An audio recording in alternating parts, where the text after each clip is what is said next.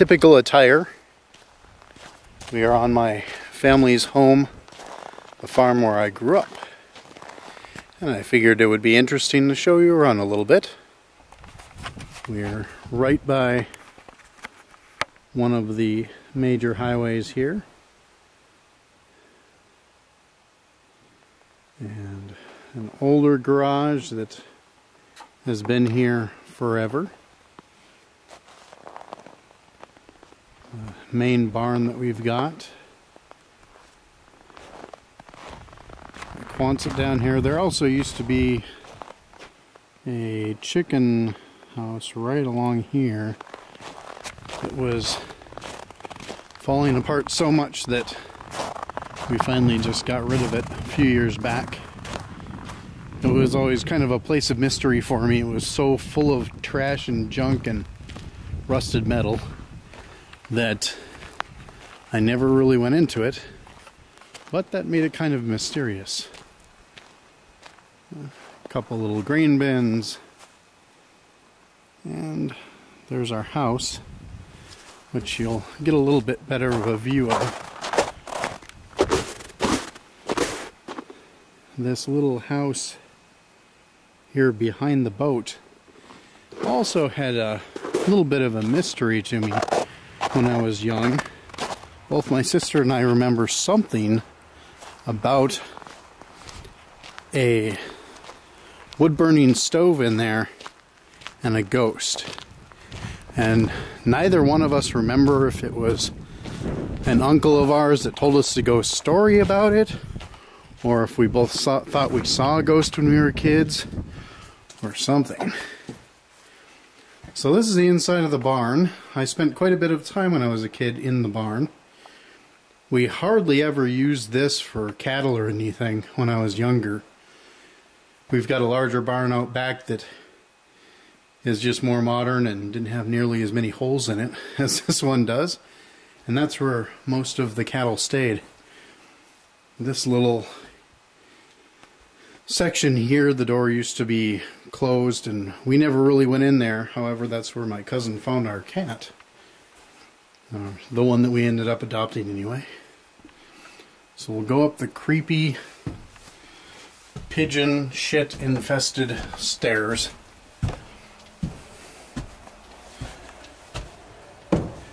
To the upstairs of the barn, which is even looks more skeletal with all the holes in the wall and everything.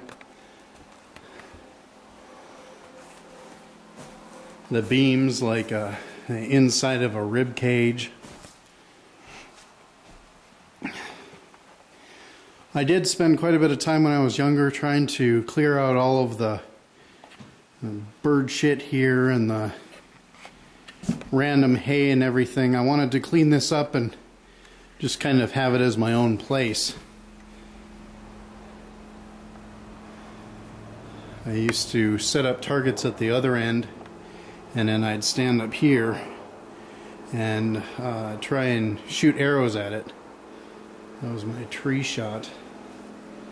In fact, when I came up here for the first time in many years, a little bit ago, I found my old bow laying in the dirt. I also found, and this was kind of extra interesting to me, this contraption that I made. It was, I guess, kind of my version of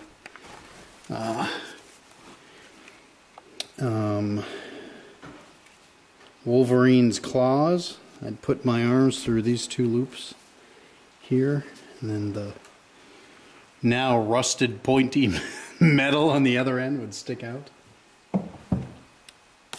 It was actually kind of interesting. My dad would weld together quite a few different things for me. I've got a couple swords, a couple knives that he just welded together from old like metal slats that were just here somewhere on the farm, and one of them looks kind of like a katana, and it's pretty damn cool. So I don't know, it's a very rustic place. This, if I can get it to focus,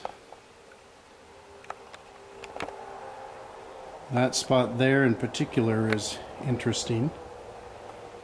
That is it's no longer there, but that is where I had a rope hanging down from, and I was right up there on that higher, basically on this board right here. And that's when I had a rope around my neck and a knife at my side that I intended to use to slit my wrists, and my dad's .22 that I intended to shoot myself in the head with when I was going to commit suicide. And I sat up there and probably agonized over it about a half hour or so. And it wasn't God or anything like that, but some part of myself kind of spoke to the rest of me. And at that point I knew that that was not how I was going to die. I knew that when I finally do shuffle off this mortal coil, that would not be the way it would go about happening.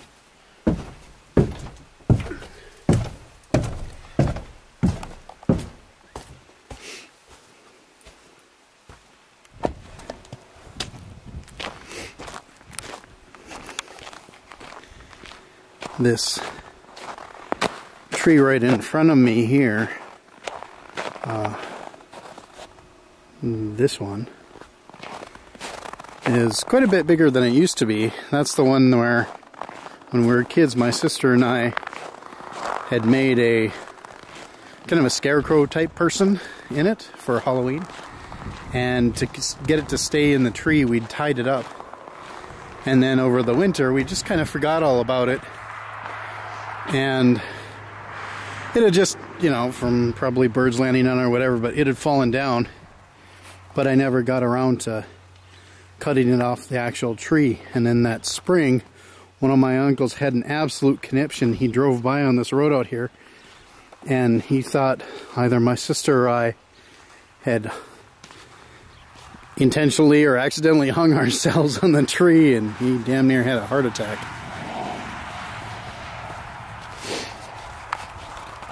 So, put your Halloween toys away. Living on the farm, it was, I don't know, I guess pretty lonely as a kid. I had my sister, but we were very different types of people, which was beneficial because we almost never got in each other's way, but at the same time, we didn't have a whole heck of a lot in common. Right out here is where we had, mainly me, but I guess my sister helped a little bit. We'd made a little graveyard. We had wooden crosses stuck into the ground all over the place and everything, which everyone could see from the road. That was interesting. I had to mow all of this grass that you see. All of that, and then all over in by the house and everything. Mowing for me was a bit more of a chore than for a lot of people.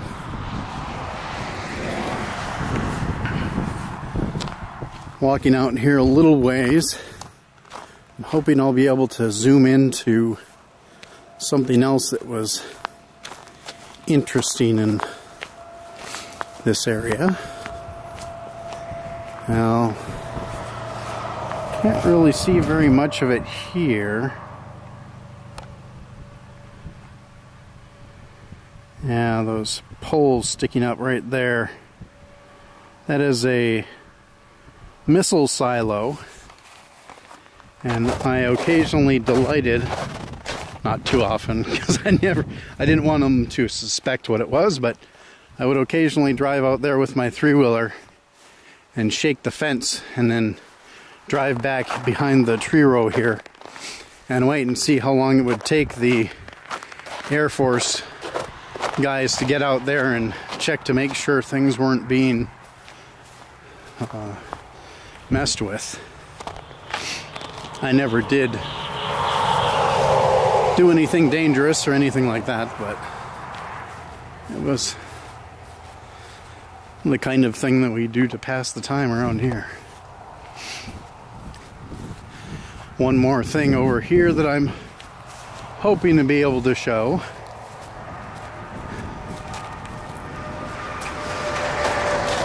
Well, I guess there's not really, can't really see it. Let's see.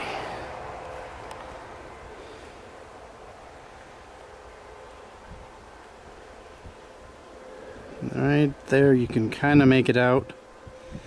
There's a rock pile out there. And when I was young, I used to treat the field as if it were ocean. And these rock piles were islands. And I had one named Bone Island. It happened to be a rock pile where if we had any cattle that would die here of natural causes or whatnot, then that's where we'd put the body, on this rock pile. And so there were bones all over it, so I called that Bone Island. And there was another skull of some kind on another one, so that one became Skull Island. One had a lot of old barbed wire and rusted metal and whatnot, and I think that was like the Isle of Iron or something. But this all back here is just more area where we used to keep our cattle. Back, where the heck's there? Okay, back there is a pond. Always was fascinating to me because we would go down to the pond occasionally when there was water in it, and we would find frogs like frozen into the ice, like below the surface of the ice. And I'd go down there in the summer and there were never any frogs, so I didn't know where in the hell they came from. But there's a better view of our barn from the outside. Out here, my dad used to, I mean, you can see a couple or a few hay bales right there, but we used to have them just all over in here. They just filled this whole area. And my dad a couple times had put 2 of them or 4 of them upright, and then he'd put 2 on top of that just to make a gigantic hay house. And then we'd play in that through the winter. Occasionally we would get quite a bit of snow, but not always. There was one point where my dad had used the tractor to make a snow hill about half as tall as our house over here, and we dug a tunnel into it and we made a little ice cave inside. It was pretty spectacular. Now all of these trees behind the house that you see was, when I was a child, a veritable forest. In all truth, it's about maybe 7 or 8 tree rows deep. So it's not exactly a forest, but it was big enough to serve as a forest when I was 8 years old, 12 years old, 13. I often would walk through the trees with my bow and arrow, imagining that I was Robin Hood or some sort like that. Most of my fictional musings were medieval when I was young. Occasionally I watched Star Trek and a few science fiction things like that, but there wasn't a whole heck of a lot of that. There was a lot more of the medieval world when I was reading things like Robin Hood. So this is where Nephilim is from. This is where I spent the majority of my childhood. Not all of it bright and shiny, of course, but I also realized that I lucked out a lot. I'm adopted, and many kids who end up with adopted families don't end up with people as caring and as loving as my parents. So I am always sure to cherish those things and always keep it in mind.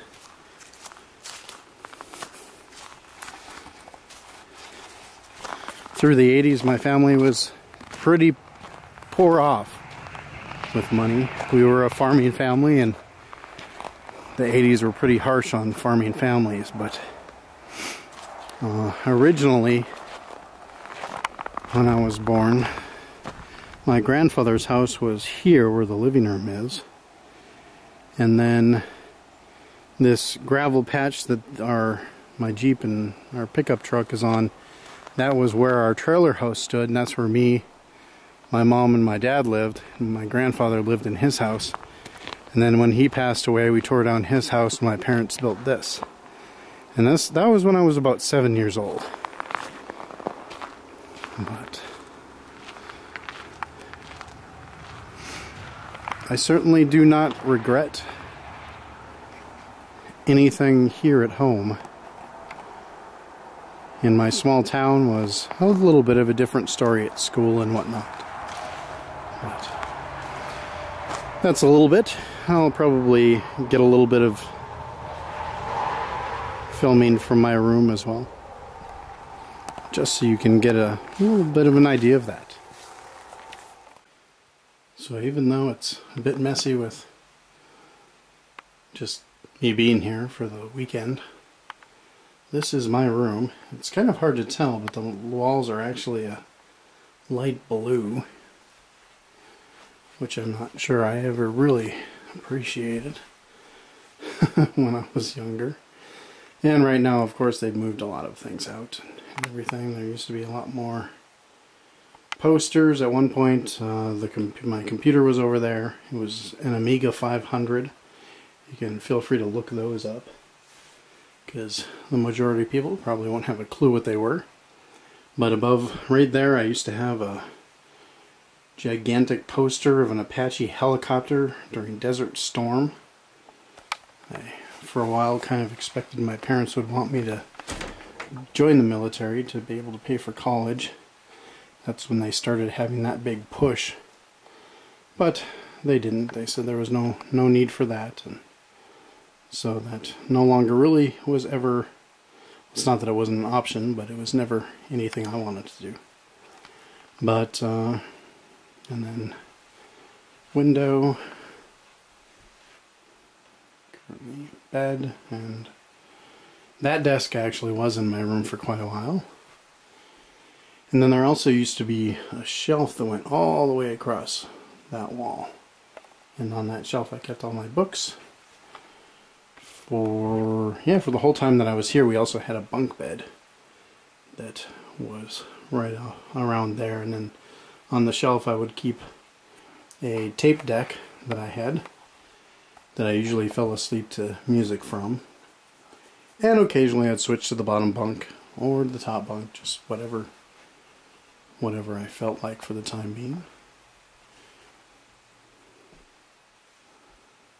And my closet. Not really too exciting right now, but the view from my bedroom is where I was just a little bit ago filming outside. Over here is that building and the boat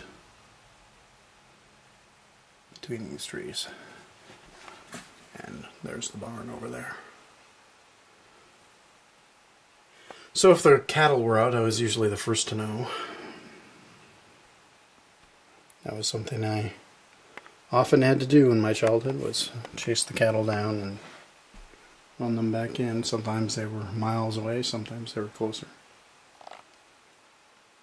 But yeah, this is the bedroom I grew up in.